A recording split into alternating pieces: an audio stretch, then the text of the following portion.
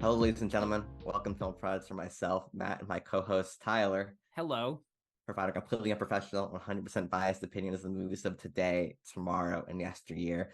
But today we're talking about some of the oldest movies we've ever talked about on the Film Prods podcast, and the oldest we've talked about in our revival, our renaissance of Film Prods, and that is the Timothy Dalton James Bond movies, that being The Living Daylights and License to Kill.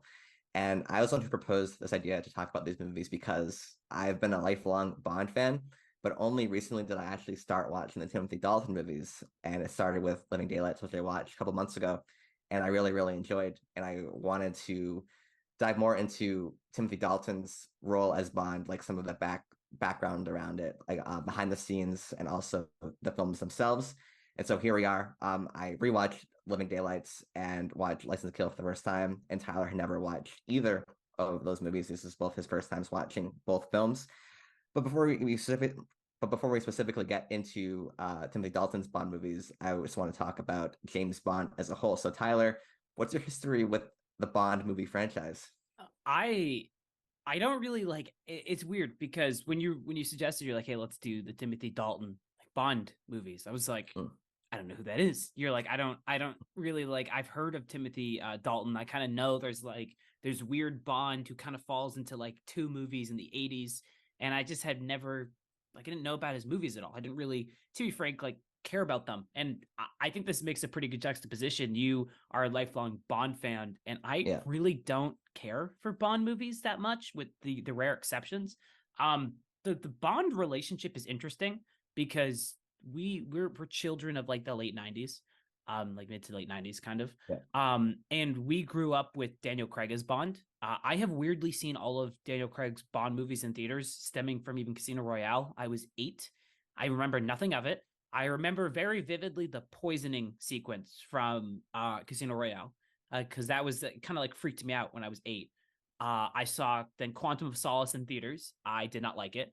I saw Skyfall in theaters, and even at a young age, I was like, "This movie's awesome." And when I Mm. started collecting Blu-rays, it was like one of the first 5 that I bought. The first one I ever bought was 2012, but that's another argument.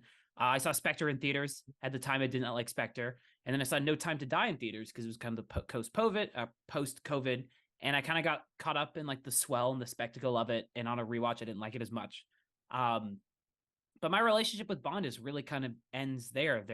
They're like weird comfort movies for me. I've seen the Daniel Craig Bond movies way more than I realized. I think I've seen Casino Royale 5, 6 times. I've seen Quantum of Solace 3, 4 times, Skyfall 7, 8 times, Spectre 3 times, and No Time to Die twice. I weirdly once every couple of years I feel the need to rewatch the Daniel Craig Bond movies. And that's where the interest has kind of ended for me. I have watched the Pierce Brosnan movie, and I watched Timothy Dalton movies. I don't find Bond to be a particularly very interesting character or an interesting franchise.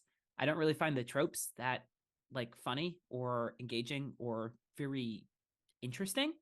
So they're never like movies that I actively seek out, but I have a weird nostalgia for the Daniel Craig ones. I don't know. Like I don't have a relationship with them, which I think makes this a pretty interesting juxtaposition. What about you, Matt? So, as I said, I've been a lifelong Bond fan. I distinctly remember when I was little, my older cousin Daniel was a Bond fan, and I Mm, look up to him. So whatever he liked, I would inevitably end up liking. And so, my first Bond movie was GoldenEye with Pierce Brosnan, damn. and it still stands as probably my second or third favorite Bond movie. I think it's really great, and probably it's definitely a movie that got me into the Bond franchise. And I still like, even when I rewatch the movie, like I still feel like that 8 year old or whatever watching that first fight scene in the Yep. Russian factory. Yep. Like it's so well done, and it's directed by Martin Campbell, who also directed Casino Royale. And it's such a well done sequence, and Pierce Brosnan as Bond, I think, is incredible. Even though like the later movies post GoldenEye get a little absurd, GoldenEye itself, I think, is kind of underrated in how relatively grounded it is, and how like close to home like the 006 character hits for James Bond. He's a great villain. And then from there, I loved the Pierce Brosnan movies when I was younger, all of them. All And of them? yes, all of them when I was younger. I haven't really watched the ones post GoldenEye for years and years. And I love Sean Connery's Bond. I loved Roger Moore's Bond. Those are like my go-to. But the Bond franchise was my go-to film franchise when I was little. I just loved these films so much, and I wasn't really caring about like how one movie would have a different tone from the other. I didn't care about the silliness of the Roger Moore movies. I just thought they were great. And my other distinct memory growing up and loving Bond was like I was so determined to see Moonraker because I just wanted to see James Bond in space so badly. No one ever wanted anything more than me wanting to see James Bond in space. And I'd go with my dad to Blockbuster pretty often, and I'd always first thing I would search for was Moonraker. And Damn. finally I did get to watch it, and it was just glorious. And I rewatched it actually last week just to so we watched a couple Bond films, each of us did, Yep. to get ready for this podcast, and don't like it quite as much as an adult, but I still think it's fun. And the Bond movies, even though I can admit that a lot of them don't hold up to me as I get older, Yeah. I still can't help but smile while watching these movies, no matter how goofy they are. And so why did Daniel Craig's films stick out to you as being like your favorites or the ones you're most nostalgic for? I think it's because it's kind of like very similar. You get this very like weird attachment to them when you're very young because it's the only type of exposure. I think James Bond movies are just really wonderful examples of like filmmaking at the time. I mean, Casino Royale, I mean, jumping from like Die Another Day to Casino Royale is one of the most like drastic film jumps ever to go from Mm. like, was it Die Another Day where he like surfboards with a Yes, parachute all over they're so tsunami? that the bad guy is causing global warming strikes in his ice palace in the North Pole, and then he causes ice to melt, and James Bond rides surfboard with a parachute, Okay. um, in a tidal wave, and it's So amazing. And yeah, also, the guy is North Korean, the main villain, but then yeah. he goes through an operation to make him a British man. Um, Wait, so that's like he's just they're just taking face off then, right? They're just doing face off. They're making no, him but a like it's like surgically changed. Like they use like weird laser sensors. Ah, Um, that's It's really pretty weird. amazing. It actually has one incredible fight scene with fencing. Like there's a Mm, fencing fight scene. It's used as like a hallmark of like great acting because they hold the camera and it's a really great scene. But okay. other than that, like the movie is probably not as good. Also, has a good Madonna song. The Another Day Madonna song was really Yeah. good. I will say, like rewatching some of the James Bond movies, it was kind of cool to see other scores. We'll get to the Living Daylights score, but Mm. I now have that saved on my Spotify. It was a great song. But it's kind of that weird nostalgia where you grow up as a young kid. Like I clearly, if you've watched or listened to our podcast, I have an affinity for like action movies. I like trash action movies. I like action movies that just are like fun and like kind of like mindless entertainment. And the James Bond movies are like they border on that, but like the very high end. They're not mindless, but they're really cool. And the Casino Royale movies, Casino Royale, Quantum of Solace, and Skyfall all have this certain kind of like edge to them that I think Mm. stands out. I saw them at a very young age, and there's just something very nostalgic about it. I also love Daniel Craig as an actor. I think he's really cool. I think he's got like this like very like subtle facial acting that I think goes like very under recognized. I don't think people give him enough credit for that. But to me, it's like they're staples of my childhood. But I never was like into like spy movies. That wasn't really my foray. So I never felt the need to like go back and be like, oh my god, James Bond. The character never interested me. It was the action. It was like the spectacle of it, which I feel like when we talk about Timothy Dalton movies, that kind of sentiment might come back a little bit. But to me, I don't care about the character that much. I like seeing what kind of like innovative, kind of like unique things they do with each movie is probably where I remember most of that. So it's funny because when I first watched Casino Royale, like I remember when it was coming out, and I was actually upset that Pierce Brosnan was replaced, Yeah. and I was like, "It's like this guy's blonde, he has blue eyes, he can't be James Bond." And literally, that's what I thought when I was really young. And I mean, Casino Royale is just an absolute classic. I rewatched Casino Royale before this podcast, Yep. and I rewatched it like last year, or no, 2 years ago as well, in preparation for No Time to Die. It's just an excellent movie, and as you said, like the facial reactions of Daniel Craig, and especially in Casino Royale, like when he's hurt and he puts Yeah. on that wounded pride where he puts on this facade of arrogance when he's Yeah. clearly like hurt, and also like when he gets bested by Mads Mikkelsen, Yeah. Lashif, and he has the knife in his hand, and like you're like this guy's just gonna He's just gonna gut him. And Yeah. like juxtapose that to Die Another Day, which is a global warming hype plot or whatever. And it's like Yeah. this Bond is just so upset that he got bested that he's just gonna gut this guy Yeah. and then probably get shot down immediately, but he doesn't care. He lost and he's determined to get back. And also like those casino scenes in Casino Royale, like when you watch like the first scene where you don't know what she's bluffing, and then when Craig Bond falsely calls his bluff, there's like a little bit of excitement. Mm-hmm. And Mads Mikkelsen just has that aura where you can't really describe it, but he says it where how he feels, and he just captures the scene.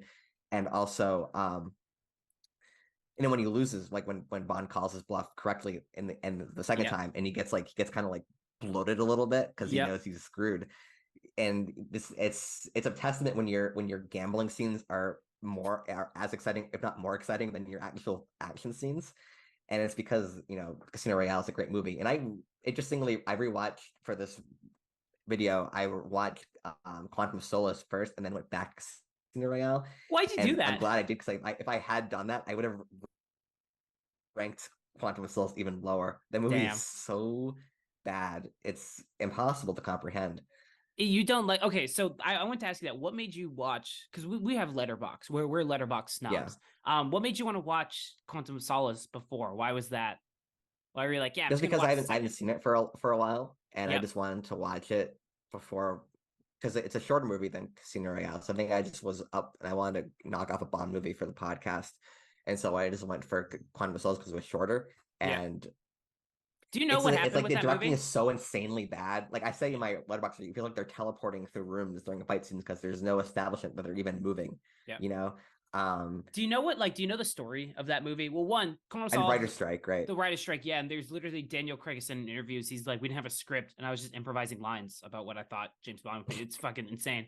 I'm kind of really curious because I think this kind of touches home. You talking about like James Bond as a character is I kind of really like the first trilogy of the Daniel Craig movies, Casino Royale, Quantum of Solace, Skyfall, because to me, I love, like every other single person who watches movies, I love those like character stories. And James Bond to me is not a very interesting character, but Casino Royale, my favorite, one of my favorite like sequences is Casino Royale, where he shows like this petty like anger at people who would like dare like look down upon him, is when the guy throws the valet key at him and he goes and crashes the car, and then like shit talks him kind of later, where he kind of was like looking at him, and you're like, there's this like weird like pettiness about him that makes him more interesting. I know Quantum of Solace is not a very good movie, but I think there's at least an emotional connection to Casino Royale. I mean, Quantum of Solace, the entire movie is him just being violently angry. There's that great sequence when his friend dies in his arms after getting shot, and the next sequence is him chucking him in a dumpster. He's like, he's dead. And I'm like, I love that. And then Skyfall, we can talk about Skyfall their ages, but it's the older Bond, it's the age Bond, it's the Tim kind of understanding his place. Self-doubting Bond. He is self-doubting Bond. And then Spectre is just the marvelification of James Bond. And then No Time to Die attempts to go back to it, but I think falters because of Spectre.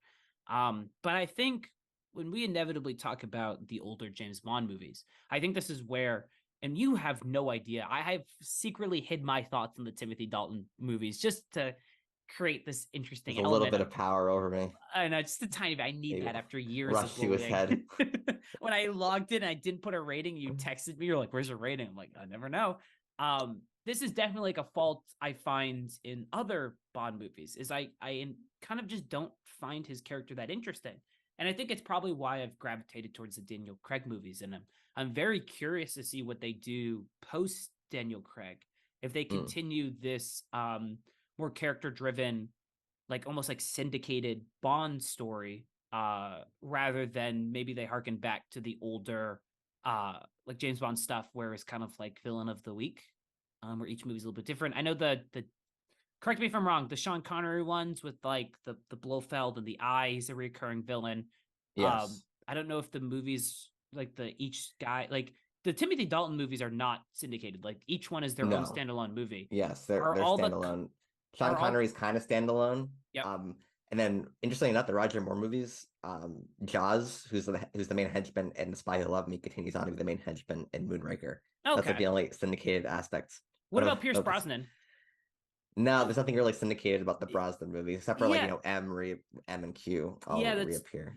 but those are more like, I mean, Judi Dench comes back from the Pierce Yes. Brosnan in there, which I think is The Daniel what. Craig Bond movies are the ones where it feels like he's like an evolving character throughout the whole, like, throughout all the films. Yeah, and I really frankly just gravitate towards that more as somebody who did not very emotionally connected to James Bond as a character or the Mm. James Bond world. There's snapshots of movies at the time. I mean, Casino Royale is this like mid 2000s kind of like gritty, like edgy action movie. But is just phenomenally well directed. Quantum of Solace is effective of the writer's strike. Skyfall is like post The Dark Knight in Nolan. I mean, Nolan Yeah. was going to direct Skyfaller's approach to it. Spectre is the Marvel location, and No Time to Die is kind of like this taking back of like action films. I mean, No Time to Die is a beautiful looking movie. Um, Yes. but to me, it's I really struggled kind of going back to the older James Bond movies. If I'm just being honest, Okay. I did not enjoy GoldenEye as much on a rewatch.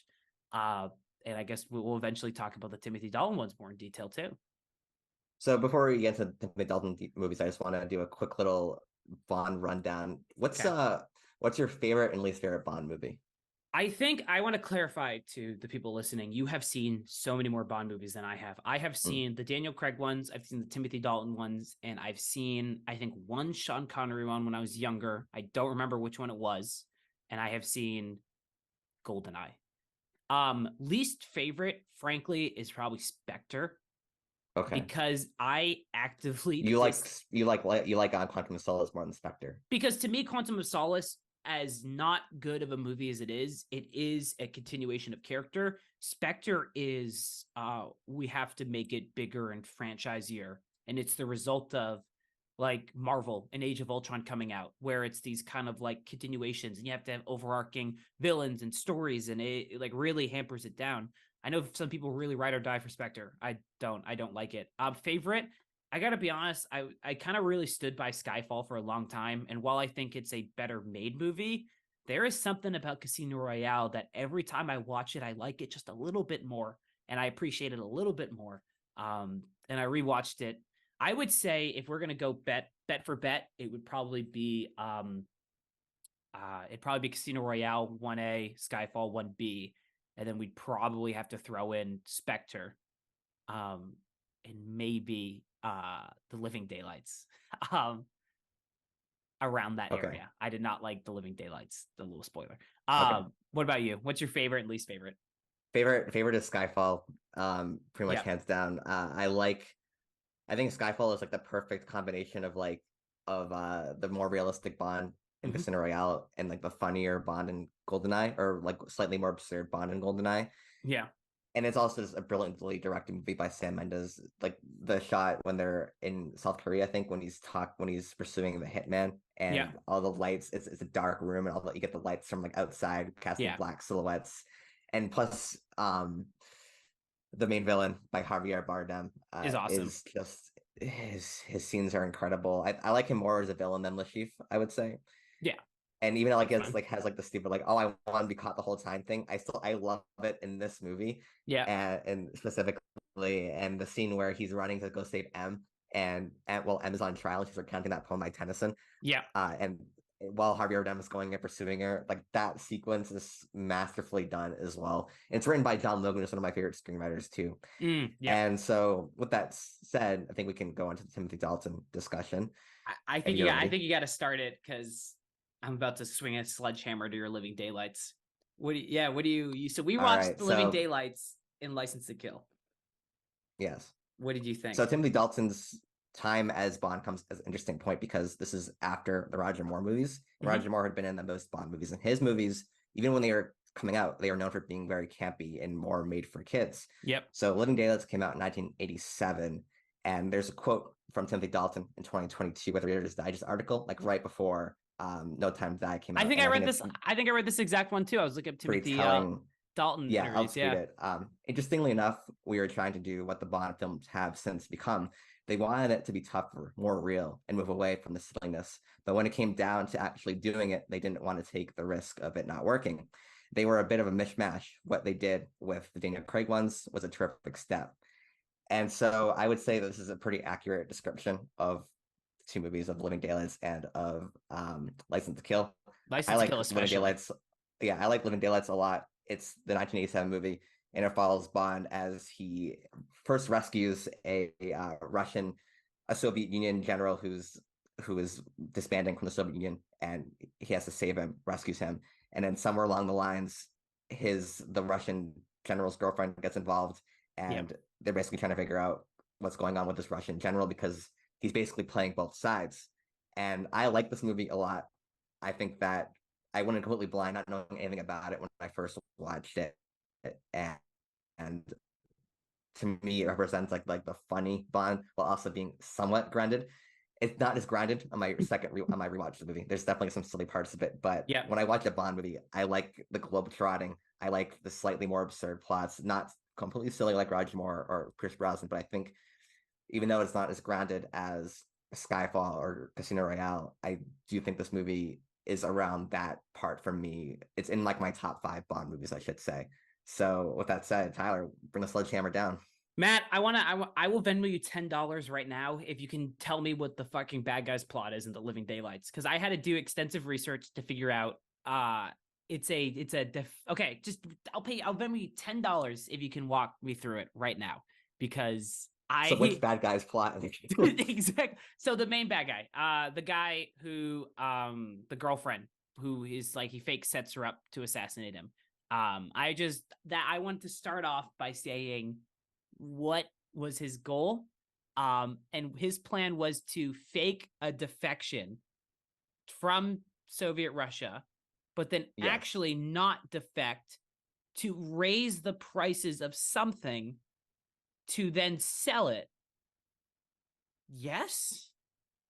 Right? So I think he is more in cahoots with Brad Whitaker, who's the general, the Yes. American general. So like I Yes. don't think he's loyal to either Soviet Union or to um, England. He's just in the scheme with this U.S. general who's like this warmongering weapons seller. And also there's like this weird plot with drugs as well that he's part of. Yep. I just think he's like a rogue operative who's only interested in his in self-interest basically. Okay. So just with that being said, I watched these movies. I had known your reaction to him because you had watched The Living Daylights before, and on Letterboxd you gave it 4.5 out of 5 stars. I was like, I Yes. trust your movie opinion. Like when you go hard for a movie, it's usually like there's usually a good shot. I turned Mm. on The Living Daylights. I think I rented it, or no, I didn't rent it. It was on HBO Max, or Amazon Prime, or one of those. It was on one of the two, and I watched it, and I was like, I don't like this very much. What point in the movie did you realize you didn't like it? I think I think maybe like 40 minutes into it.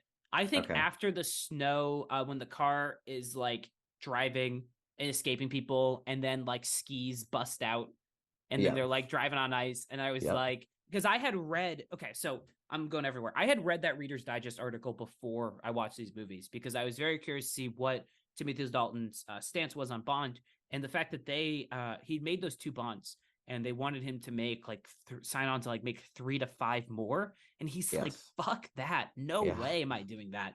And he's like, absolutely not, no way am I doing that, I'm not signing up for it. So we get this like weird like 4-year period where we get these attempts at darker Bonds, but knowing that he felt that they kind of go like a little dark and a little campy, I think it creates this weird tonal mismatch where you get the Bond tropes, but with an attempt to be like the 80s stylized darker action. And I Mm. don't think they mesh very well. I think there is, frankly, my biggest commending elements of the Timothy Dalton Bonds is the filmmaking. The practical stunts in these 2 movies are like genuinely astounding. Like frankly, I was like, wow, I'm impressed they were able to do that. Uh, I like Timothy Dalton as Bond. He's fine. I can see the appeal of him. I can see how he fits this Bond mold. There is definitely something like it might be in the way he kind of like looks. He looks a little eviler. If you've ever seen Hot Fuzz, I think you'll probably know kind of why his face kind of works for like darker villainry. But I'm not gonna lie, when the opening of the Living Daylights happened, and it's this really interesting like chase sequence where they're doing a test mission, but then two of the agents die, and then Bond like chases him on the car, and the car flies off a fucking wall or ramp. It explodes in the air, and he parachutes down onto a boat, and then it's like a hot girl, and then he's like, I need a rescue in an hour. Actually, make it two. And you're like, I remember going back, I was like, what the fuck is this? I was like, that's so corny. Then I just immediately, every time there was an element like that where it was like, oh, interesting with James Bond tropey campiness, I thought of that Reader's Digest article. I found that I couldn't get over that tonal clashing. And it just like, it stuck with me throughout that movie more than I think I realized, and even kind of sitting with it for like a week or so. So I would agree that the intro sequence, not as a whole, is campy because it's basically the MI6 agents are doing like a test mission with paintball guns, and one of the agents is a rogue, and he's actually murdering some of the agents. And then it's funny because like one of the friendly guys shoots the rogue agent, and goes, "Bang, you're dead," and then he actually shoots him with a real gun after. Like that stuff is pretty funny. And like relative to the Moore movies, I think it's like a fairly grounded way to start off the movie, because it's just like a guy's climbing a mountain, and then to kill him, the rogue agent cuts the rope, and he falls to his death and dies. And then yes, you got the kind of funny, like cringy scene where he somehow lands on a boat with this beautiful model on it. He's like, "Oh, I need 2 hours to stay." But I think what I liked about this movie is, first, I love John Glenn's directing. As you said, the filmmaking, I think, behind this movie is actually really great. One of the first scenes, which I didn't pick up my first watch, but the second watch I really appreciated, was when they introduced the American general. And it's like this line of statues of great conquerors of history, like Napoleon, Caesar, and Genghis Khan. And he's standing there, and he's still, and you think that he's one of the statues at first. Or wax sculptures, I should say, wax sculptures. And then he starts moving, and you realize that he's a real person. That stuff is good. And I think the movie, for me, really starts to unfold as like a really well-directed movie is when Bond and Mary Diabo's character, whose name I cannot recall right out, Kara, Kara is the girlfriend of the rogue Russian general, who is a cellist and tries to. Okay, so that whole introductory part where she has a sniper, I still don't really understand what exactly her role was supposed to be there. Her role was to fake an assassination of him, but in the meantime get killed. Because he's a loose tie, and he was gonna get rid of her anyway. But she didn't know she was gonna get killed, though. Yeah, she was like, "I'm gonna fake assassinate you to sell the defection." Yes, but then it wasn't, and then Bond doesn't kill her, and then he sleeps with her. Yes, basically.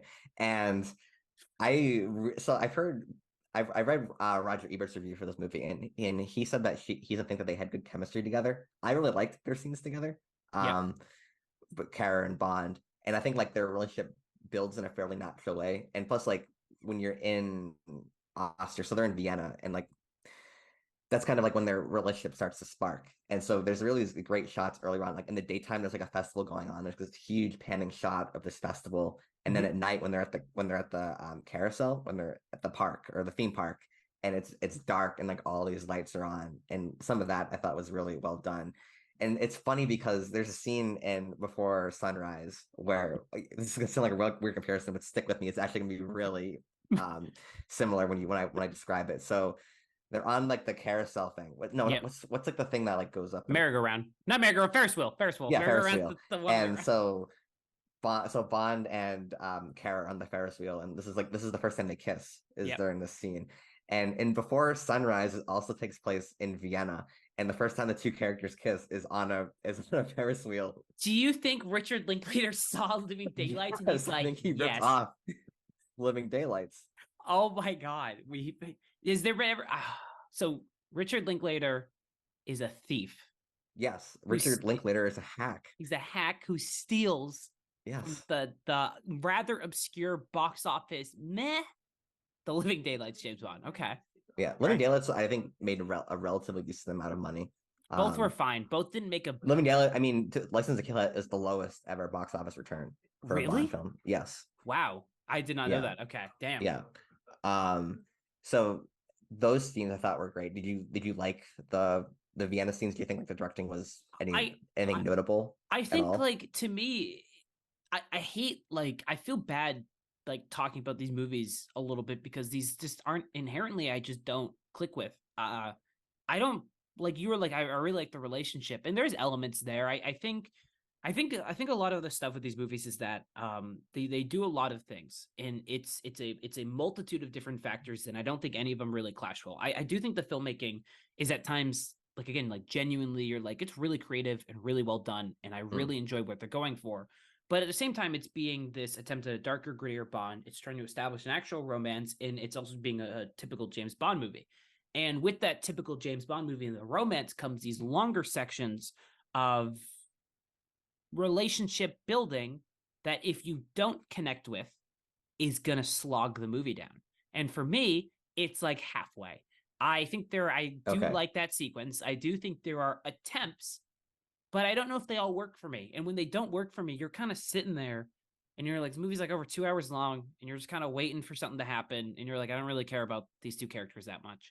I feel like I feel like I should be the perfect type of person for these type of movies, but there's something about it that doesn't click with me. Um, we'll talk more about License to Kill after, and Yes. that's a far more effective movie for me. Um, I'd like to License to Kill a lot more, if I'm being honest. Um, I don't know. I have to be honest. Like, I wish I had more to say about this movie outside of like it. Just stuff doesn't work for me. Most of it. And I don't think there's enough interesting things to justify like an over 2 hour runtime. Okay. Yeah. So another part I liked about the Vienna theme park scene Yeah. was after they kiss and you can tell like there's like a bond forming between Kara and Bond. He goes and meets up with another field agent at like a restaurant that's Yeah. also a theme park. He breaks off and then like the main henchman goon is there as well and he murders the other field agent who's established earlier that he's Bond's friend. Yep. Is And I that with think the there, sliding door? Like he kills him with the sliding door. yeah, there's like a Yeah. bomb Yeah. detector. And Timothy Dalton's acting post the scene where he starts to suspect that Kara is betraying him. Like Yep. literally moments after like they start their bond kindles. That to me is like where I think Craig gets most of inspiration from Yeah. like the Daniel Craig bonds because like it's very similar faces. Like when Daniel Craig's Bond thinks he's being betrayed by Vesper, like that prideful arrogance comes on, but Mm-hmm. but there's like this it's a facade because you can tell he's hurt. Yeah.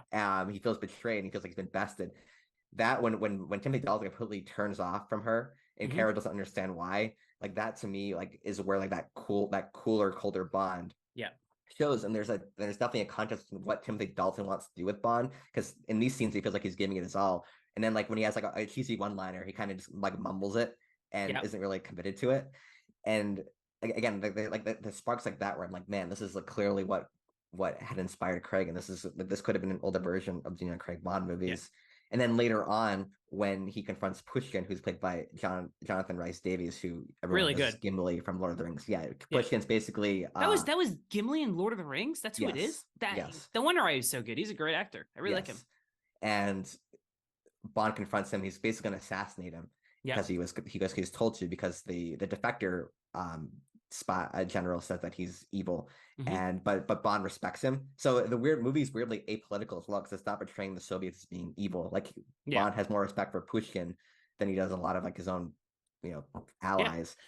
And there's a scene where he's about to assassinate him, and like he's like very coldly saying like get on your knees, like Yeah. he's not going to kill him, but he's making it seem like he's going to kill him. And Yep. then the girl who's with him Yep. in the room when he calls the bodyguard to come in, he strips off her dress. So like the Yep. guy when he comes in, he's like, Gets oh distracted. boobs, Yeah. and Yeah. then knocks him head like that. Like that's like the cold, calculating Bond that there's like this there's a middle section of Living Daylights where you're getting that where you get like the betrayal from the perceived Mm-hmm. betrayal from Kara where he like is completely turned off from her and is like a whole prideful arrogance where he's like I don't want to see you anymore, and then Yeah. next scene he's like taunting Pushkin with his gun because he knows he has all the power and he Yeah. rips off the girl's dress as a distraction, completely uncaring for anything other than his own self-preservation. Yeah. Did you feel similar about those scenes? I mean, you can definitely like. I think this is ultimately where like James Bond works is put him in like a personal connection because then you get like actors who can shine. I think this is more effective than License to Kill. I can, but I mean, that was like you're kind of like watching this movie and it's like struggling to balance the campy and the serious. Like you have the sequence where he first shows up in Kara's apartment, and he's like, okay, like we're gonna, and she's like, I need my cello, and then they kind of, and it leads into like this like kind of goofier escape and stuff like that. But then it is the betrayal, and it's his friend gets killed, or his other agent gets killed. I thought it wasn't a bomb. I thought he Yeah. causes the sliding door to slam into the guy. I thought that's what the kill was. Oh, I I maybe thought I I don't thought it know. was like something exploded. Maybe I'm wrong. I thought it was just like in it, and it like crushes him. Oh, But maybe. no, I mean that there. I don't think The Living Daylights is a bad movie. I think there are sequences like sprinkled throughout that are genuinely really effective. That is one of them. Anytime he starts to kind of like they give Timothy Dalton like a chance to act more, Yeah. outside of like the cool collected, he's really really good. But I can definitely see, having watched this, the inspiration for the Daniel Craig movies, because there is that attempt at like, is he forming a connection, but he can't fully trust anybody, and he's always holding someone like a foot away, and as soon as there's that like ounce of doubt in his like validations of lack of trust, he basically snaps. And Mm. his more, I would say, violent treatment towards women, viewing them as more like sexual trophies and objects, kind of shows through, where he strips the girl as like just like, hey, look, and then knocks him out. Yeah. I do think it's effective. I think it's more effective in License to Kill than this, but I can 100% understand why you would like it so much. We're gonna have a very interesting License to Kill discussion because You License to Kill made me appreciate Living Daylights more for its grounded re- elements. okay, So we're gonna have a really interesting conversation when that comes out. But just as closing thoughts for this movie, um, I love Pushkin as a character. I think the side yeah, characters in this movie, although it's sort of vague on what exactly the defecting Soviet general wanted, what his plans were. Like I love the henchman. I love how he has like those bombs in the yeah, milk jars. yeah. Like Just when they throw attack in like these, he comes in as the yeah, milkman. Yeah, yes, that was great. And then like there's some interesting set pieces that didn't involve like cartoonish action. Like there is cartoonish action, like we said when he's riding like the cello down the yeah, mountain slope to get to Vienna. But there's also like really fun set pieces where they take the assassination of Pushkin, yeah, and because like he's gonna be assassinated, but then Bond shoots fake rounds first that blow up squibs or whatever, yeah. and then like, Pushkin's wife thinks he's dead as he's being carted out, and then like once he realizes he's behind curtains, like John Rice Davies is a fantastic actor. He just like opens his eyes and just starts looking around like very casually, like, oh, we did it, okay, Yeah, good. that worked out. Yeah. Um, Or when they like that stick stuff is him so through funny to me. where they put the guy in the tube, where they Yes, put the guy and they're like, eh, and he's like, is this gonna work? Like, has this ever been tested? And they're like, it's about to be. Like, good luck. yeah, And yeah, he makes it through. He's like, basically. wow. He's like, oh my god. There's fun stuff. I agree. And I do really like the last fight scene between the general and James Bond, like his weird man cave of like war Yeah. memorabilia. Like Yeah. that stuff I thought was really great as well and really clever. It doesn't like I would say like even compared to like No Time to Die or Spectre, like the action in this movie Mm-hmm. is a little more grounded and like a little more clever with how like its set pieces are, in my Mm-hmm. opinion. And I again like for the reason the chemistry between Kara and Bond really did it for me. And Yeah. also I love the globetrotting aspect. I love like the shots of Yeah. Vienna. They go to somewhere in the Middle East that I don't know. Yeah. Because of drugs and like it's kind of gets it becomes like Lawrence of Arabia for a Yeah. second Yeah. as well. Like I thought that stuff was a lot of fun. Like there's a shot where he's like riding a horse and it's like he's Yeah. like a silhouette and it's like Yeah. this camera, the sun over the sand dunes. Like that stuff I thought was really beautifully shot. And it just for me just represents what I want in a Bond movie. Like I want fun set pieces. I want like a good female lead and I want fun side characters. And I like a certain level of cheese, but not an excessive amount. And Yeah. I think even the directing, I think that John Glenn does a good job of holding the camera pretty Yeah. steady during fight scenes and stuff. So it's basically just what I want in a Bond movie. Yeah. I would completely agree. I think we'll talk about License to Kill more in a second, but to me, all of these elements are heightened more in License to Kill. The personal aspects, the action, I want to make up one more. I want to say one more point about this, Okay. and it's more about the James Bond character. I don't find it fun when he doesn't struggle. In License to Kill, there are elements where like the struggle happens to the people around him, and he's bested more on like an intellectual level. I like when Mm, James Bond is kind of challenged physically, poses more of a okay. threat. I don't think ever. I don't want to loose spoiler. I mean, heavy spoilers for No Time to Die. I'm just gonna throw that out there real quick. We've been kind of spoiling anyways, but James Bond never feels like he's in any danger. That kind of happens in Living Daylights. It's always fun when like movies when people are good at their jobs is always exciting. But when you kind of have like you're going for this more gritty personal aspect of it, and her character doesn't really ever seem to struggle that much, it kind of takes away the stakes. I like License to Kill more for this reason. James Bond in License to Kill ends the movie very like kind of like battered and bruised, and you're like, okay. And then eventually in No Time to Die, we kind of know what happens with that. There was a time to die. Matt, spoiler. It happens 2 hours. It's time to get a nuke dropped on you. Dropped in your face. You know what I do appreciate though? These I did like that these movies were like 2 hours. Yes. It's like I rewatched I went from basically Casino Royale, which is what, 220? 2.5. 2.5? 220. Then I went to No Time to Die, which is like 250. Yeah. It's almost 3 hours to like a crisp 2 hours was a nice like change of pace. I don't like this movie as much as you do. I'm sorry to say it. I like License to Kill more. Should we talk about License to Kill? Yes. So License to Kill is an interesting movie because it's Timothy Dalton's last movie. Yeah. He only did 2 Bond movies. Second. It is a shame. I wish he did like 1 or 2 more. Yes. This is the first Bond movie to have a PG-13 rating. What? Which is really interesting. Okay. Yes, and it's also directed by John Glenn, who directed Living Daylights before that, View to a Kill with Roger Moore, and Octopussy with Roger Moore. And this movie was very disappointing to me. Even from like the first action scene, I was like, man, this is clearly a step down from Living Daylights. And just for a broad plot synopsis, it follows Bond, who after his DEA best friend Felix Leiter, who was also played by Jeffrey Wright in Casino Royale, is murdered by a drug cartel. He is out for revenge, and he's not allowed to go on revenge by MI6, so he goes on his own. He becomes rogue agent. His license to kill has been revoked, but he's still pursuing it anyways. And the original title of this movie was going to be License Revoked, but the people behind it didn't think Americans would understand what revoked meant. Which I mean, like, I think License to Kill is a better name for the title, because like License Revoked is like what, like his fishing license was revoked. Yeah, like how do you know like what license has been revoked? His driving license, like that sucks. He got pulled over too many License times. To Kill is a lot better. So even from like the first scene of this movie, like the active sequence of the movie is he's going to Felix's wedding. They're driving to the church, and they're like he's buddies with Felix, and it just so happens that a major drug cartel bus is going on at the exact same time, and Felix is going, whoa, do I go to get married, or do I go on this drug bus? And Bond's like, let's go on the drug bus. And so they go on the drug bus and make it just back in time to say their vows and everything, and then they get married, and it's all happy. And even like, because so the Living Daylights ends with a plane action scene, and this movie begins with a plane action scene. A really good one, a really well made one. I thought it was a lot worse than Living Daylights. You're nuts. I did not like. I thought it was really obviously phony. And I know they don't have it. They don't have the equipment that we have today. But I realized Moonraker, and Moonraker has like this insane like skydiving action scene in the first scene, but it's obviously not with Roger Moore and actors, it's with stunt doubles, but it's so tense because like they're actually falling in real life, and the cameraman is falling too to capture this and add suspense to it.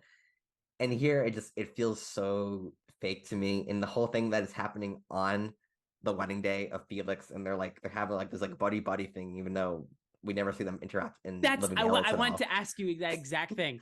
It feels I'll concede that point when the movie opens and he's like best buds, like he's in the car with like it feels so phony. Who the is James Bond? I don't think is like a good friend to anybody. Like when we have seen, when that opened up, I paused it, laughed, and rewatched it because I was like, who's inviting you to be the best man at anybody? Just because he's British, like it feels so weird that he's like this, like how did they meet? How did they have so much time to spend with each other that they're literally best friends?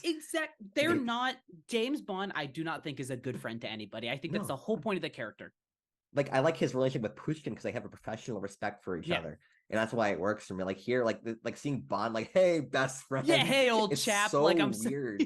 I'm so happy you're getting married. But I will say though, so I have a line with like camp where I found it very corny in License to Kill when he lands on the boat and he's like hot model. She's like, and the model's even on the phone. She's like, my husband's so boring, never satisfies me in bed. He's like, he's so ugly. And then James Bond Yeah, lands and yeah. she's like, okay. And this one, when they do a drug bust and then they parachute into the wedding, I was in. I was so down when they parachute like directly onto the wedding and they're like, let's get married. I was like, let's fucking go. Um, I will say when they get Felix Leiter and his wife His wife is gets way more attracted to Bond than she is to yeah, Felix Leiter. Did you get that? I did get that, yeah. But I will say, I'm pretty sure the implication is she was like raped and killed, right? That Yes. was okay. Yeah. That's darker than I was expecting watching kind of this movie. Especially for like a 19, like it opened, like goes from like campy, old chap friend No, but parachute. like that is juxtaposed to the introduction of France Sanchez, who's the drug cartel leader, Yeah. breaking into like this like musky dank motel room where his Yeah. wife is cheating on him, Oh, and like that's Benicio del right. Toro like is in the back and he has this knife and it opens, and then it's juxtaposed to, whoa, hey best friend, we're gonna get this airplane, I'm gonna miss my wedding. Whoa. And then it comes back to France Sanchez like whipping his girlfriend as the guy she's having an affair with is being murdered Yeah. outside the Yeah. room. It's so bad. But yeah, I'm sorry, continue with No, what you're saying. It's so weird. it is like this is the thing is like tonally, I don't think License to Kill is a very great movie. I think it's a decent movie. Um, but I do think tonally these two movies I think are a fucking mess. I'm just gonna be completely honest. Okay. But I think License to Kill might be even more tonally of a mess. I just have more fun with it. And okay, so basically, like he gets Felix Leiter, he gets kidnapped and he's like brutally beaten, and his wife gets taken and like raped and killed, and you're like, Jesus. And then he gets fed to a shark, and you're like, okay, you're like, that's a little interesting. But he Yeah. gets fed to And a shark. it's so awkwardly shot too. Like It's just it like doesn't it's look like convincing at over. all. Yeah. Yeah. Um, I just completely off topic, but I have a Twitter. I don't ever go on it. I went on Twitter once recently, and the first thing I saw was somebody being eaten alive by sharks in Egypt, Oh. uncensored. Yeah, very harrowing. Well, looks a lot different than what we saw there. I just want to throw that out there. Twitter is a fucking cesspool. But okay, so and then Bond is like, my friend. Yeah. And then like, No. yeah, no, my friend. And he goes, and his boss is like, you can't do it. Like, go do something else. And then he like runs away. And then that's kind of the end of the agent on the run elements we get is he kind of Yeah. escapes. There's like two more Yeah, scenes they where very rarely, he never has any moments where he has to like fight other double O agents or something and like has to be yeah, like, I have to hold back because I don't want to kill them, or it no, there's none of that is there. yeah, that was arguably, I think, frankly, the biggest. There's two really big flaws in License to Kill. The Like first one, I even forgot that he was a rogue agent technically. Like there's it, no real nothing exactly. really comes of it other than Q goes off the grid as well to help him. Exactly. That's it's he so he has this thing where he escapes, and you're like, oh my god, like James Bond on the Run, like those movies are just inherently cool. You ever see Mission Yeah. Impossible, the new ones? Those are just inherently cooler. Man Against Everything is always going to be an inherently more fun trope. But they kind of ignore that. And the second biggest thing is so James Bond, his plan to get revenge is to systematically eradicate every single element of the drug dealer's life, from his Mm. business to the girl to everything. And James Bond does that by Fighting ninjas. mildly, by what? Fighting ninjas. Fighting ninjas and mildly infiltrating his organization, only then to immediately betray him, but then immediately gain the trust back. It's a Yeah. very weird plot. And about halfway through, when he's in a room with him, I was like, why don't you just shoot him, man? Like, I Yeah. was like, you're in a room by yourself with him. I know your goal is to overthrow everything, but like, just kill him and then kill everybody else, and you're good. Like, there's no indication that this is Yeah, a. it doesn't make any sense. He basically, there's no indication that this is a like a Hydra situation where you cut off one head, two more will grow kind of thing. It just seems No. like it's a guy running a business, and if you kill him and kill a couple more people, everyone will be like, oh my god, the business is over. Just because he's doing a stakeout, and it's like, why don't you have a sniper? Why don't you shoot him in the face? I know I know the point is to be like, he wants to ruin his life and then kill him. I get it. I understand he wants to torment him. But they make James Bond out to be not like he's not, doesn't seem like that's his character. He's like, I just want revenge. He's like, I just want to Yeah. kill him. Like, it's a weird juxtaposition where I understand their intent. And I think this is the case with a lot of movies. They have an intent going for it. I don't think it fully works. I will say, though, It's like I saw the devil. Like I saw the devil, it works really well because yeah, like the guy playing with his food basically will also end up having consequences himself. yeah, Like you feel like the main character's like losing his humanity as he's he torturing this 100% psycho does. killer. Yeah. Which I mean, did I saw Devil rip off License to Kill? Oh my god. Who knows? Who Yeah. knows? Who knows? We're gonna do like Before Sunset, I saw the Devil, and then Timothy Dalton's Bonds, and be like, Just, what do all these movies have in common? we're just put up. We're like, there's something here. We can't figure it out. It all starts with you, John Glenn. Yeah. And then like he's doing the stakeout in Argentina, I think, and then Yeah. and then Ninja just appears and then I'm like, how is this like dark and gritty? Like Yeah. what about this is? And then he fights the ninja, and then the Japanese drug dealers get in a fight with Sanchez and his crew. Yeah. And it's so jumbled. And Yeah. I also just like no character other than Sanchez has like a very memorable introduction. Like when does the love interest show up? Like what scene introduces her? Like I think of Living Daylights, like Mary, like Kara's character is introduced like playing cello in front of Siege Theater. Yeah. Putin's character is introduced when he's going to the hotel room, and that's when Dalton, harasses him with with the gun, holds him at gunpoint. Yeah. And there's all this stuff is so like all the side characters feel like they have distinct personalities in Living Daylights, and I didn't get any sort of chemistry between Dalton and his love interest, like both love interests. Like I don't even remember their names, and I don't remember what they do or other than like one of Sanchez's ex-girlfriend. And like, there's no like side characters other than Benicio del Toro, who like I can remember at all. And I only know Benicio del Toro because he is a profound like on-screen presence, even if he doesn't talk. Yeah. Did you really like? Oh my God, it's Benicio del Toro, like very young. He's very hot, by the way. He's like a very good-looking dude. Absolutely. You can tell he's going to be destined for great things. It's like you psycho with a knife. When he gets disintegrated, like not his face. No, he's too handsome. No, He's too beautiful. He's too beautiful. You can't hurt him. And that's when you start rooting against Timothy Dalton. You're like, no, he's sexy. Yeah. No, don't kill him. He's hot. Okay, so I feel like I'm dogging on License to Kill a lot. I like it. It's fine. It's not a very good movie. I don't find these movies to be very great. I don't know if I'd ever rewatch them, but there's something about the elements of like, to me, when it was like harkened as like a darker, grittier Bond. To me, this is kind of what it mentioned. I genuinely really like the final action sequence of this movie, like the runaway trucks with like the oil, where it's like their last hope. They're like, at least we have 3 trucks of oil. One blows up, and they're like, at least we have 2 trucks of oil. And the one more blows up, and they're like, we're fucked. So I want to talk about 2 points before we start, because I love that. Before I talk about things that I love about the movie, which is the last fight scene, the last act scene. I just want to say like Florida is such a boring place for a Bond movie. Florida, yeah, like right, like I want to see Bond in Florida. I want to see this crap. You want to see just nothing. When was the last time you've been to Florida? I've only been to Disney in Florida, and I have no interest in ever going back. I went to like Ocean's Cove or something like that, and I had a hotel that was like 5 stories up.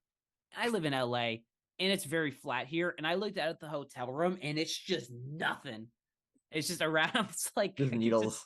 Just Florida. I know there's beautiful parts of Florida. We're sorry. No, there's not. But like, fuck Florida.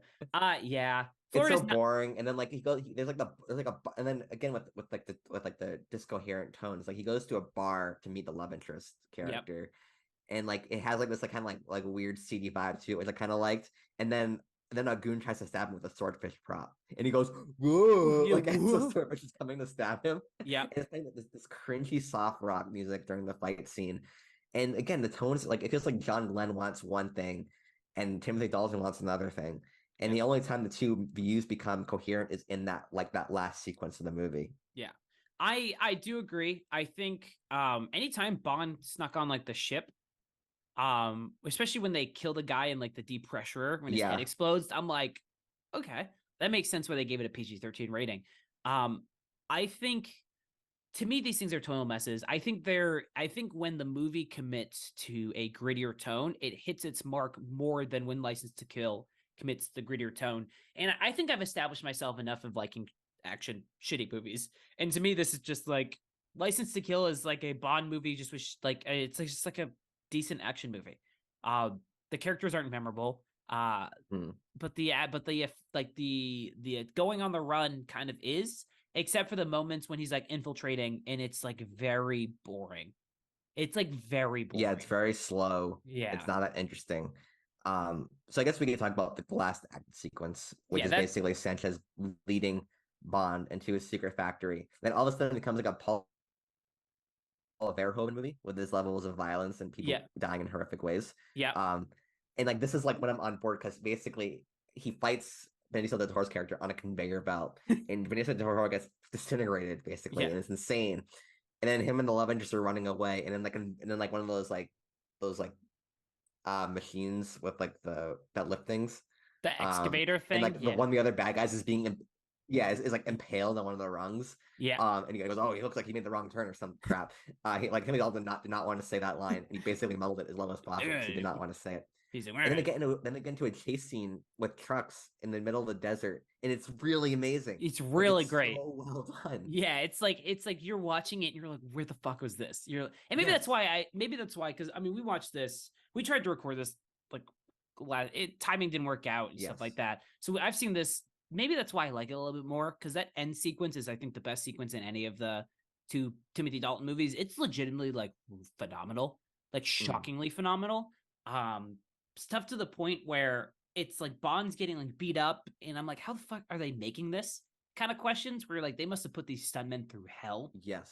Uh Heart it honestly like elements of like police, not police story level of like practical effects and stunts, but like clearly in that if a police story is like a ballpark, Living Daylights is not Living Daylights. License to Kill is like a solid double, kind of like Mm. in a thing. So I don't know. I found it to be very effective, like ending, and then he like barely wins, and he's like super beat up, and then the movie kind of ends, and you're like, Yeah, cool, he lights the guy on fire. He lights yeah, Sanders on fire, yeah, which and is pretty gruesome death. you're like, wow, Yeah, so everything once it gets to the factoring on, like once like the movie becomes violent, yeah, um, I was on board because it finally feels like Timothy Dalton's vision is being fulfilled yeah, of the.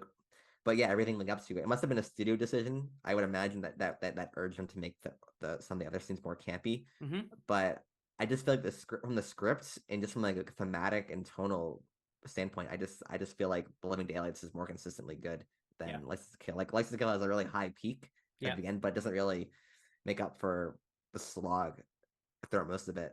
that is, That's yeah. just how I feel. Let me ask you this, just before, because I those movies I don't have a ton to say. If you were to rank your Bonds, because you've seen all of them, how would But you I haven't rank seen them? all of them. Or who out of the ones you've seen, how would you rank Okay, your Bonds?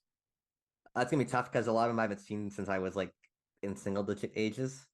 um, so I'll talk about the ones I've seen more recently, Yeah. I guess. So I probably would go Skyfall. No, or just like the Um, Bond, the actors. Sorry, the actors. oh, the act. Oh, Yeah. okay, yeah.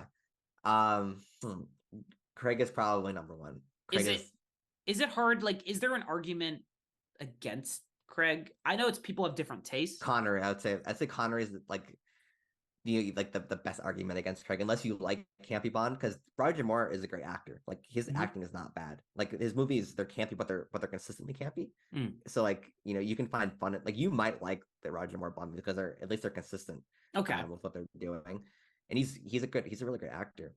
So like it's hard because I feel like all the Bonds are good actors.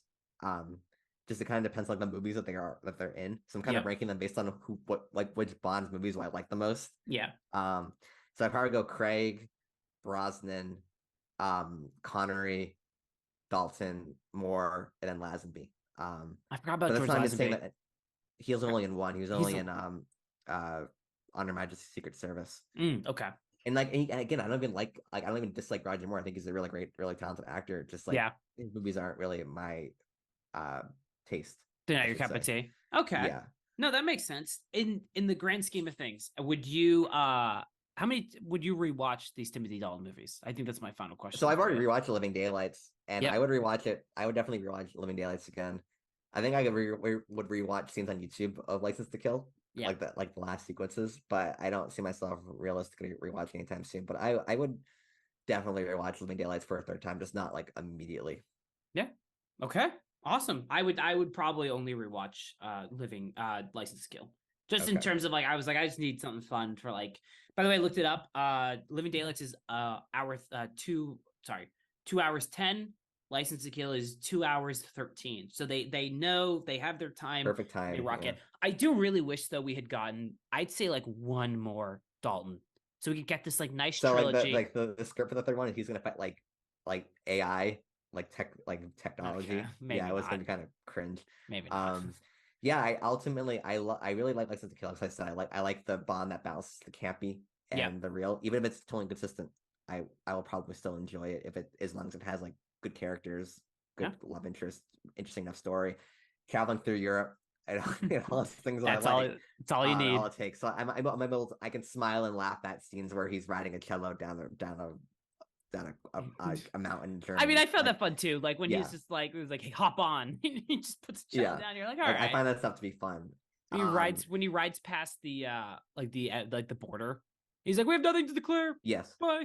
Like yeah, leaves. You're like, yes, it's fine. It's yes, funny. yeah. Nothing to declare. Like We have that. Yeah, nothing to that's declare. funny. Yeah, it's fine. That stuff is funny. It's some kind of hypocrite in a way because I don't like how campy No Time to Die gets at the end, like when they go on the island and Rami Malek is quote unquote acting, and like it's kind of like I can't really figure out what my taste in Bond is because I don't like Spectre or Spectre's really No Time to bad. Die because like, they got kind of like cheesy at the end for me. Yep. But I do like Living Daylights, and I can't really figure out. I think Living Daylights is relatively grounded compared to other Bond movies, and it just for me it works. We have nothing And to I like declare. yeah, it's funny. Versus like Dina Craig at the end of Never Time to Die, was like, I can't live if I can't touch my girlfriend, and then I can't touch the ones I love. drop a nuke on me. And then blows up, and you're like, nice. Compare that to uh Casino Royale. The pitch is dead. Yeah. Like completely different. Yeah, do you no, I don't can you add 9 off, the bitch is dead. Hangs up, Yeah, and you're like, nice. Or Quantum of Solace when his friend dies and he's like, I'm sorry. And next yeah, he's just him chucking him in a dumpster and he goes, yeah. and you're like, nice. So I can't really like beat down like what exactly I want in a Bond movie, but like It's weird. just not. I want to know what they're doing next though, because to me that's the most interesting thing is like what area do they go next? Because I don't think they can emulate Daniel Craig's style because it doesn't feel like you're doing something new. Do they go back to a more Um, sleek like spy thriller? I'm okay with like Mission Impossible esque Bond movie. Like if it has a little like I like Mission Impossible movies because they have a lot of fun to them, but they're also again they have good characters to them The and good first plots. the first Mission Impossible, if they emulate the first Mission Impossible movie, I mean, the first Mission Impossible movie, Tom Cruise doesn't shoot a gun the entire movie. I would be completely fine with that because the first Mission Impossible movie is awesome. Yeah, I think they're probably because like movies aren't like as like focused on darkness as they were like in 2012, Skyfall, 2013, yeah, or Star Trek Into Darkness and things yeah, like that. that's a They're good movie. You no, they take are good back the movies. slant. I'm just saying that like there's less of an interest of like darkness really, Yeah, but I think they can still go relatively grounded, but like I don't know, maybe they want to try to compare it to the Marvel movies. They want to go spectacle. Like who knows yeah, what's going to happen. yeah, But before we yeah. close this, I just want to know like what are your favorite and least favorite Bond themes? Bond themes. Yes. I have the Bond License to Kill theme. Let's see. I have or not License to Kill, Living Daylights. Oh no, I do have License to Kill by Gladys Knight. I'm not gonna play it because we'll 100% get copyrighted. Yeah. I actually really like that. That was really fun. It is so hard to beat Skyfall's theme because Because I like it's like Bond gets shot, falls in yeah the river. Brr, this is the end. You're like, yeah did it's Bond just die? dude Bond's fucking dead. No, I mean I don't really like Quantum of Solace's theme that much. I like Quantum of Solace's theme. Just another way to die, or something like that. To me, but it's like emulating just like edgy 2009 rock, like Linkin Park esque. I like Linkin Park, but I don't think anything even comes close to Skyfall. I gotta throw I out love there. Chris Cornell's "You Know My Name." Yep, You Know My Name is good. And like the whole intro. So it's funny, like everything like Gina Craig and on like basically they have like CGI's come a long way. So like they have really cool intro sequences Yep, like fighting with like on like the casino table and they're all like yep. different colors and stuff. But like when you go back to like the adults and Roger Moore, it's just like naked women holding guns with different lighting. So they don't really know what to do because they don't have like CGI Yeah, powers yet. they need to fill like 3.5 to 4 minutes Yeah, of so just it's shit. just women scantily clad, and like Yeah, one has gold lighting, one has blue lighting, and they kind yeah, of like edit it. They put like weird filters on it. It's like yeah. this is art. I I must say though, I love that element of the Bond movies has persisted. The fact that we're just like the movie's 2 hours long and 4 minutes of it is going to be dedicated to a song. Let's go, and Yeah. it's like it's awesome. Like I'm so, like it's really like on rewatches that those sequences are even better. And if the song's good, I want to shout out. I don't think I think Sam Smith's "Writing on the Wall" theme Oh, we're gonna is fight. the best part of that movie outside of Dave Bautista Cause as the writing was that's on a the good. Did you like wall. Billie Eilish's "No Time to Die"? No, her it's like oh this awesome sequence in Italy, like oh chase betrayal, uh, real like sad departure, and then So you don't like Billie Eilish as an artist? I don't listen to her music, I but were I only heard the note because I was forced to listen to No Time to Die songs. I watched the movie, and it's just like I don't even know what happened. Like I listened to the song actually yesterday just to yeah. refresh myself on themes, and I can't remember a single beat. It's Like no does any time to music play die. during it? Yeah, her music taste is very acquired. I would say it takes a specific. I like some of her songs. I don't like it, but to me, it's like you can't beat Adele. Yeah, Like you I think, can't. and I love Tina Turner's Golden Eye. Tina Turner's Golden Eye was also Dun, very good. dun, That was dun, also very dun. good. Yeah. Like R.I.P. Tina Turner. Oh yeah, she died recently. Yes, yeah, Oh, that but fucking and I sucks. love Madonna's Die Another Day. I gotta listen to that one. Madonna's Another great though. day. Yeah, We I should know like have all these songs by heart. we have to get an episode of you for this podcast, just like a bonus one of you just singing Bond songs that you know. See how many I can remember. Yeah, just all right, Matt. This one you're like Goldfinger. I think I can do Goldfinger pretty well. you Oh, do The go. Spy Who Loved Me, I haven't by heard that one Carly Simon. I have that song on my iPod. Like I love that song. It's great. on your iPod. Yeah, because I have a 10-year-old iPod that I listen to. Do The you still use spy who that? loves me, keep all my secrets. That's such a great song. Um, I like to think like 15-year-old you got an iPod and the first thing you download is a Carly Simon Bond I think I song. bought it for like $1.29, right? That's right. Old Like iTunes. I've gotten more than $1.29. I'm listening to that song once the podcast is over. I love that song so much. Do you ever remember those days where we used to like beg our parents, can we please just buy the song? I remember I have I need a $15 gift card. We're at yeah, Best Buy. Just buy it for me. buy it. You don't have to do it yourself. I'll buy it. I spent my money when I was like 9. I don't think I have the song. Fred Figglehorn's "Christmas is Creepy" song. I spent 69 cents on. I bought you ever Smosh? Of course I did. Ian had his own channel where he would just do stupid things. He went to a Segway Polo event and he made a Segway Polo rap song and I paid 69 cents to buy it and I still have it on my iPod. Yeah. Do you shuffle by it sometimes and you're like, Yeah, I listen to it every time. I listen to it just yeah. for the nostalgia of it. There's good stuff, except the Fred Figglehorn one is Yeah. is I am not allowed to play it in my apartment. It is a banned song. We have a speaker, and if it comes on, it is banned like entirely. I'm not allowed to ever come near it. You know what movie I watched recently that has good music, and I know you don't like the movie. Actually, I don't think you do. Is What? Pop Star Never Stop, Never Stopping? Oh, I like Finest Girl. Other than that Finest movie is Girl. hot garbage. I like the first song, "I'm So Humble." Finest Girl's really good, and the song where they just shit on Macklemore, Oh where yeah. they're like, we're like, why can't we all marry who we want, not gay, and then just sports, not gay. Yeah. And it's shitting on Macklemore, and I love Yeah. Macklemore unabashedly. So yeah. Matt, any final thoughts on? We could. I want to see. I do want to like sing every single Bond song that I know because I think I could easily do it. But that'll be for another. That'll be for Patreon. That'll be our Patreon. Hashtag Film Frauds Patreon. Yeah. Started trending on Twitter for no reason. That's right. Then people will be like, "Who are Listen they?" to Spy Love Me after this. Go on YouTube. Listen to Spy Love Me. I actually will listen to that one. I'm kind of curious. Fantastic. Carly It's Simon, fantastic. right? Yes. Okay. Any final words before we depart? Let us know what your favorite Bond movie is. Bond movie is. Also, follow us on every streaming podcast thing. Matt, what's our next episode going to be when you come back It's from gonna traveling? be Once Upon a Time in the Hollywood by Quentin Tarantino, and we'll be talking about a bunch of Tarantino movies as well.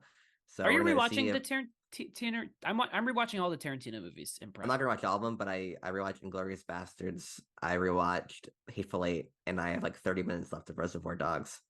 Hell yeah, Reservoir Yeah. Dogs. Great movie, very good movie. Yes. I have to rewatch Hateful Eight. I have not seen it since we saw it in theaters together. Mm. I've And not seen Once Upon a Time in Hollywood since we saw it in theaters together. what? Really? Yeah, I which thought I'm you've seen. excited to rewatch. Yeah. Okay. So we will be back. There'll probably be. We'll just listen. We're having fun with these, so we'll just record them and put them out when we can. That's Yeah. like that. That's it. We don't. It just happens that we're. This is like the busiest time of the summer for us. So Sometimes the YouTube versions take a little while to get out, but they do will. eventually get out. I But will we're put. mainly an audio thing. So if you're watching so if you're watching this on YouTube, make sure you find us on Spotify because Yeah. that's where things will be uploaded most. And also you wouldn't want to watch us for this long anyway. If you're not listening, if you're listening to the audio version, when Matt said the YouTube videos take a little bit longer to get out, there was hate and daggers and murder in his eyes that I have not put it That's out. why you gotta watch YouTube versions because you can see our reactions. See our Our reactions. nuanced reactions. I'm making it my mission now to every single podcast record wear a hat for no reason. And it's mainly because Okay. I roll out of bed. And then I'm like, oh fuck. And I just don't do anything. So I gotta go shower now. I went on a run this morning and I came and I have not showered yet. I've been recording this sweaty. I can smell you. Does not smell good. All right. Thank you guys for watching. And we'll see you again soon. Bye.